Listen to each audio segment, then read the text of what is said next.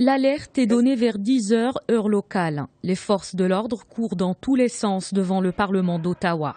Un ou plusieurs assaillants ont fait irruption dans le bâtiment après avoir détourné une voiture officielle pour gagner rapidement l'entrée du Parlement.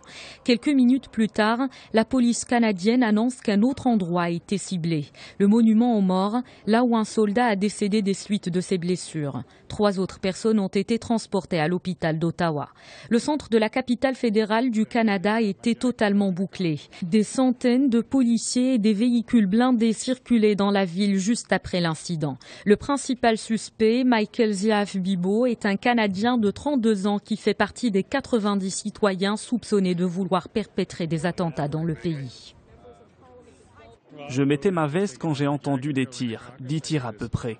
J'ai cru que c'était plutôt une dynamite ou un incident dans une construction qui sont à l'origine de l'explosion. Nous étions en train de construire une statue près d'ici, quand tout à coup, j'ai entendu plusieurs tirs d'armes. Je me suis dit que c'était des pétards. Mais quand j'ai jeté un coup d'œil sur l'avenue, j'ai aperçu un homme armé qui a ouvert le feu sur plusieurs personnes. Le gouvernement a promis aux Canadiens d'augmenter sa détermination et de faire face à toutes les menaces. Les agences de sécurité nationale sont appelées à assister l'exécutif.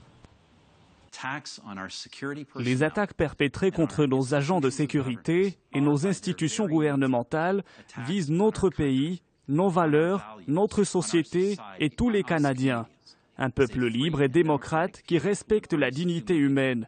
Soyons clairs, le Canada ne sera pas intimidé, il ne sera jamais intimidé. En 3 jours, c'est la deuxième fois que des militaires sont pris pour cible au Canada. Lundi, un homme de 25 ans a attaqué des soldats près de Montréal. Ottawa a appelé à la plus grande vigilance après son ralliement à la coalition internationale de lutte contre l'organisation de l'État islamique en Irak.